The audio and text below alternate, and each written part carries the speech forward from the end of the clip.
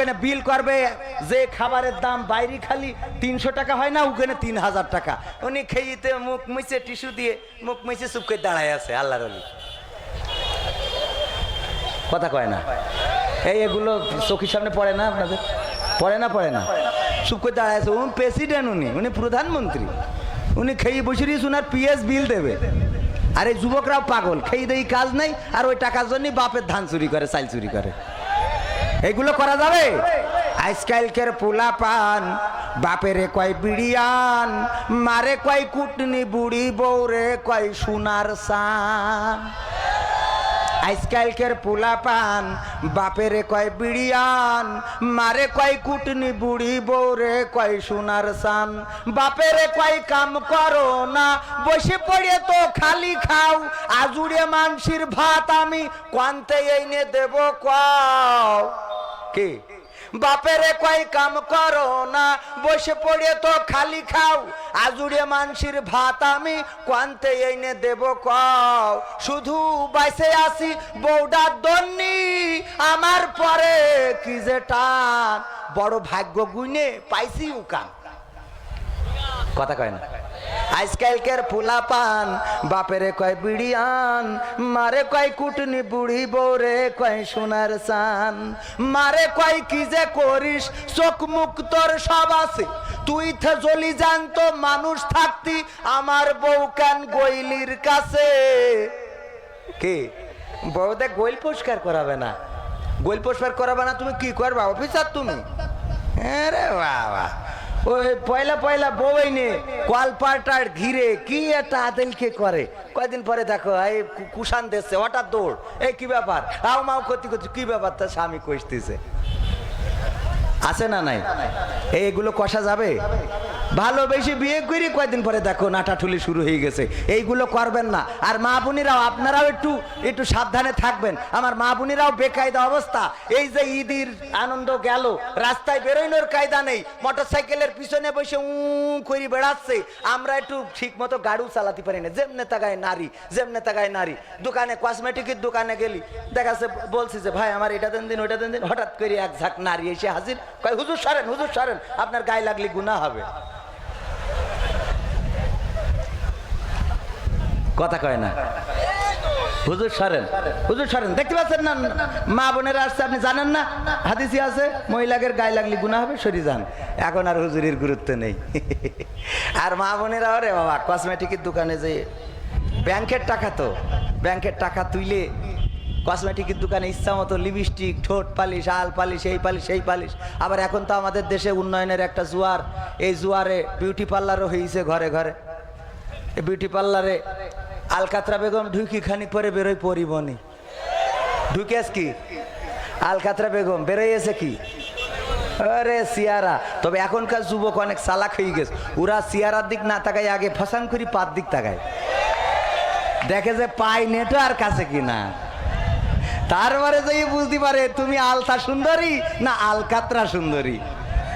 কথা কয় না, আছে না নাই? ওরে আল্লাহ কি সুন্দর করে সেজে গুজে বেরোয় দেখলি একেবারে। আর কসমেটিকের দোকানে যেয়ে 2 নম্বর জিনিসগুলো মা বোনীদের কাছে চালাই দেয়। আবার অনেক সময় কসমেটিকের দোকানদার জিজ্ঞেস করে, ভাবি একটা কথা বলবো ভাবি? বলেন। বলছিলাম কি ভাবি মাইন্ড করবেন না তো? আরে না বলেন। বলছিলাম ভাবি ওই ভাই কোথায় থাকে?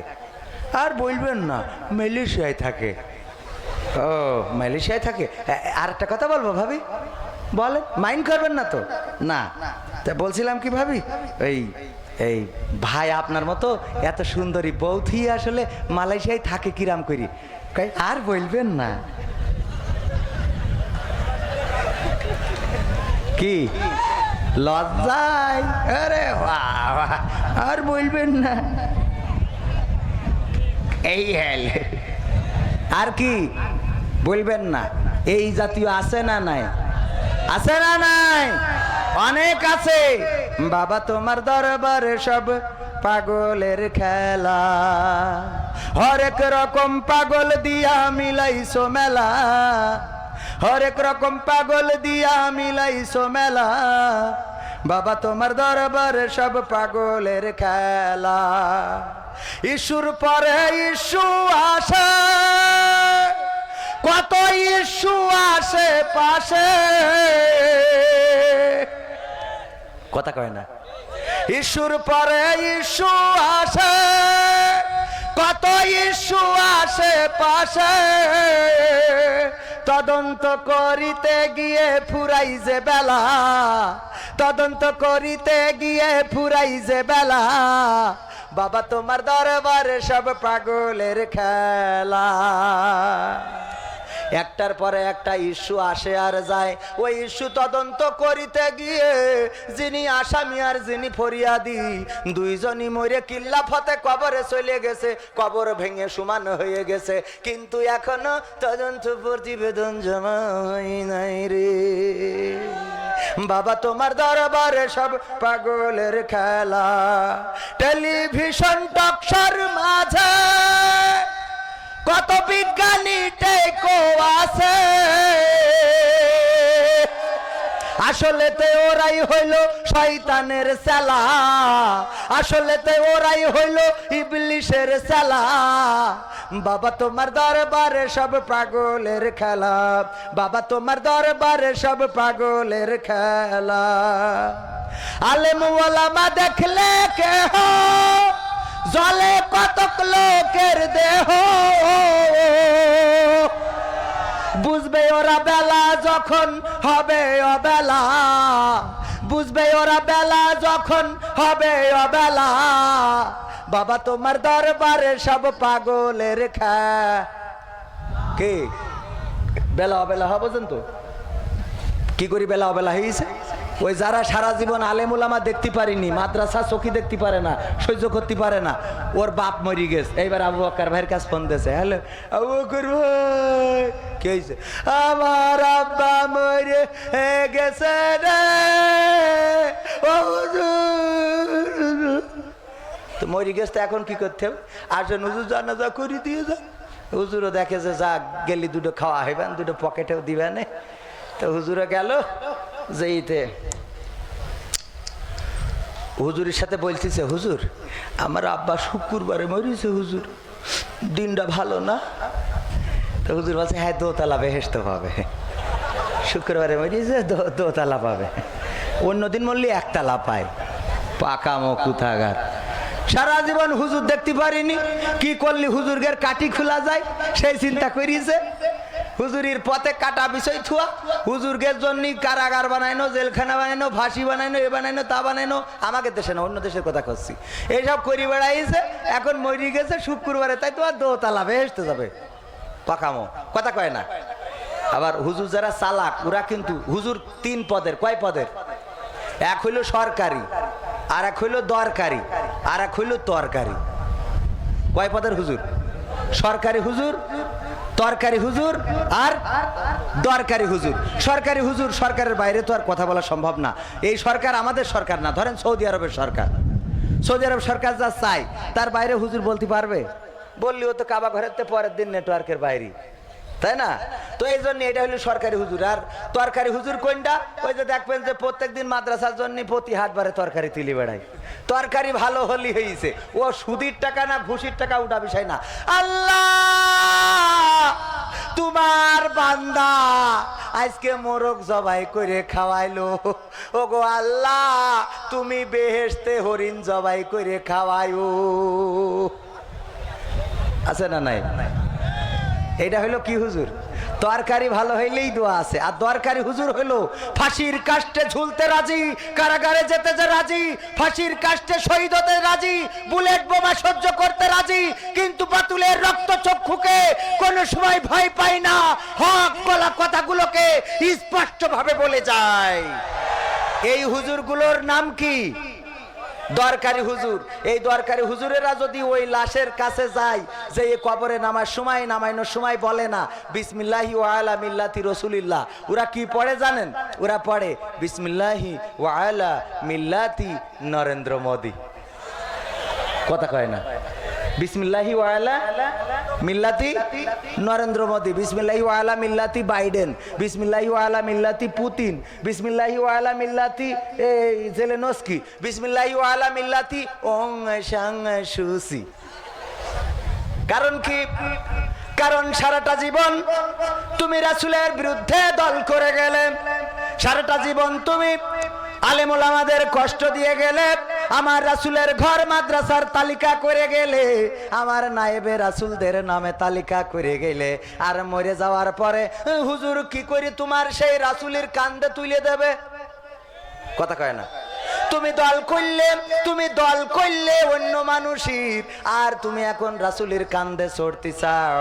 আমি উদাহরণ দিতে যেয়ে বলি, সভাপতির বললাম, সভাপতি আমার একটা গরু পুষানি দেন। গরু পুষানি বোঝেন? বোঝেন তো?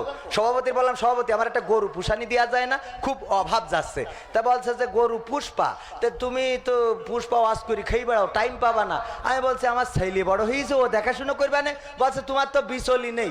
আমি বললাম বিচলি নেই তা কিনবা নে? বলছে তোমার তো গোয়েল নেই। আমি বলছি গোয়েল আমি বানাবা নে? তা বলছে তোমার তো মশারি নেই। আমি বলছি মশারি না থাকে আমি কয়েল ধরাই দেবা নে? বলছে তুমি ভুসি খোল কিনবা কোয়ান্তে। আমি বলছি না পারি ঘাস কেটে নিয়ে খাওয়াবা নে? বলছে ও তুমি পুষতে পারবা না। তার মানে কি? দেবে না। এখন কাল বৈশাখীর দিন ওই উত্তর গগনে, দক্ষিণ গগনে না উত্তর গগনে মেঘ হয়েছে, হওয়ার পরে কালো মেঘ, ওরে বাবা সন্ধ্যেবেলা দুমদাম শুরু হয়ে গেছে গুড়ুম করিয়াটা সভাপতির গইলির পরে। পরের দিন সকালবেলা আমি মেসওয়াক করে বেড়াচ্ছি, সভাপতি ডাকছে, এই কবির বিন সামাদ ভাই, এই। আমি বলছি আমার ডাকছেন? তোমার ডাকছি না তো কার ডাকছি? একে নাই শোনো। আমি বলছি কি ভাই সভাপতি সাহেব কিছু বলবেন? বলছে তুমি গরু পুষানি নিতে চাইলেন না? তা আমি বলছি হ্যাঁ তা তো নিতে চাইলাম, দেবেন নাই? তা বলছে দেবো বলেই তো ডাকছি, কোটা লোকজনটাকে নিয়ে আসি গইলিতে নিয়ে যাও। তা আমি বলছি লোকজনটা কি আনতে হবে কেন? আপনি সভাপতি মানুষ খারাপ না, সমাজ সেবক মানুষ, আর আমি হুজুর বলে কি এতই খারাপ? না 116 জনের লিস্টই হয়েছে, হ্যাঁ তাই বলি কি এতই খারাপ? একটা বাছুর হলে আপনি নেবেন, আর একটা আমি নেবো, আর দুধ যা হয় আমাকে ছেলে বিলে খেবে আনে, এই আর কি। তাই এ নিয়ে ঝামেলা করি লাভ কি? তা বলছে একা মনে হয় নিয়ে যেতে পারবেন না, গইলি যেই দেখো। আমি গইলি যেই দেখি 4 হাত পা সব এক মুখো, নাকে হাত দিয়ে দেখি যে নেটওয়ার্ক নেই, লেজে দেখি যে টাওয়ার পাচ্ছে না। টাওয়ার পাচ্ছে না কে জন্য? কারণ মাছি বসলি তো ও তাড়াবে, ওর নেটওয়ার্ক আগেই চলে গেছে, এই জন্য লেজও নড়ে না। তো নাকে মাকে হাত দিয়েতে দেখলাম যে তার মানে এ শেষ, অনেক আগেই কিল্লা ফতে। তো আমি এসে বলছি ভয় ভয় করছে, সভাপতি বড় লোক মানুষ, সমাজ সেবক। আমি বলছি সভাপতি একটা কথা বলতাম। বলছে বলো। আমি বলছি গরু কি মরি গেছ নাই? তা বলছে মরি গেছ বলেই তো তোমার ডাকছি যে লোকজন ডেকে নিয়ে আইসো, গরুটা খেয়ার বাগানে নিয়ে যাইতে হবে। আমি বলছি সভাপতি হুজুর হতে পারি, তাই বলি এত পাগল ভেবেন না। আমি জ্যান্ত থাকতে বললাম গরু একটা পুষানি দেন, আপনি দিলেন না। এখন যখন বাস পড়ে গরু মরে গেছে, ওই গরু আমার পরিষ্কার করার জন্য ডাকেন গো। আমার জীবন যাই যাক, আমার যদি ফাঁসিতেও ঝুলান, তাও ওই মরা গরু আমি কান্দে নেবো। ওই মরা গরু আমি কান্দে নেবো না রে। এমনি ভাবে ও আমার ভাইরা বাবাজিরা, সারাটা জীবন আপনি দল করে গেলেন ওই নরেন্দ্র মোদীর, দল করে গেলেন বাইডেনের, দল করে গেলেন পুতিনের, দল করে গেলেন ওং সাং সুচির, দল করে গেলেন আব্দুল ফাত্তাহ আল সিসির। আর মরে যাওয়ার পরে যখন বলা হয় বিসমিল্লাহি ওয়া আলা মিল্লাতি রাসূলিল্লাহ, আমার রাসূল বলে তোমার ওই মরা লাশ আমার কান্দে নো না। বুঝা গেছে? নেবে বাবা তোমার দরবারে সব পাগলের খেলা, সিরিয়ালের পাল্লাই পড়ে কত নারীর আগুন সংসারে, সিরিয়ালের পাল্লাই পড়ে কত নারীর আগুন সংসারে। ডিভোর্স নিয়ে কেউ বা জীবন কাটায় একলা, ডিভোর্স নিয়ে কেউ বা জীবন কাটায় একলা। বাবা তোমার দরবারে সব পাগলের খেলা, বাবা তোমার দরবারে সব পাগলের খেলা। নারী অধিকারের নামে কত নারী রাস্তায় নামে,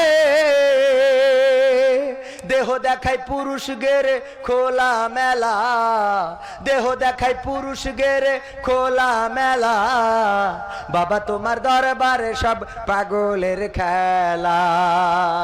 নারী অধিকার সেই মা বোনেরা রাস্তায় নামে, এরম আছে না নাই? মিছিল করে, শাক ভাত খাবো না, ভাঙ্গা ঘরে থাকবো না, স্বামীর কথা শুনবো না, বৃষ্টি বাদল মানবো না, এনজিওর অফিসার যা বলবে প্রাণ থাকিতে ফেলবো না। এরা মিছিল দিয়ার লোক আছে না নাই? এরা এই মিছিল দেয়, এরা এই মিছিল দিয়ে আপনার এই মা বোনেদের অবস্থা এরাম। আমাদের ওই মাহমুদুল হাসান জিয়াদি ভাইকে চিনতেন আপনারা?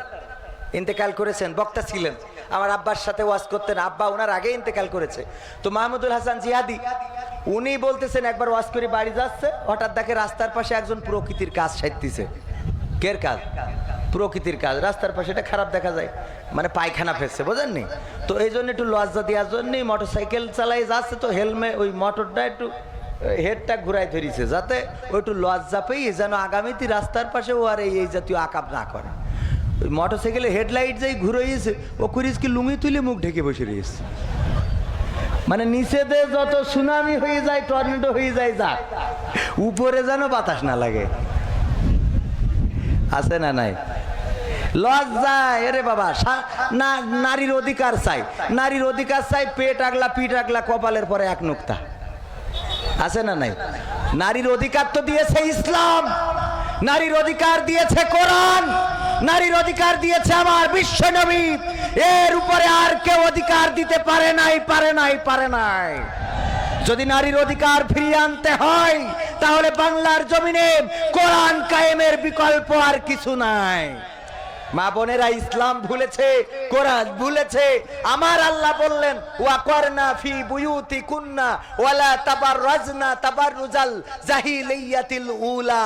হে নারীরা, তোমরা পর্দার মধ্যে থাকো, জাহিলি যুগের মেয়েদের মতো সেই যে বুঝে নিজেদেরকে প্রদর্শন করে বেড়াইও না। আর এখনকার মা বোনেরা বুরকা পরে, তাও 5 তালা 7 তালা করে। কয়তালা?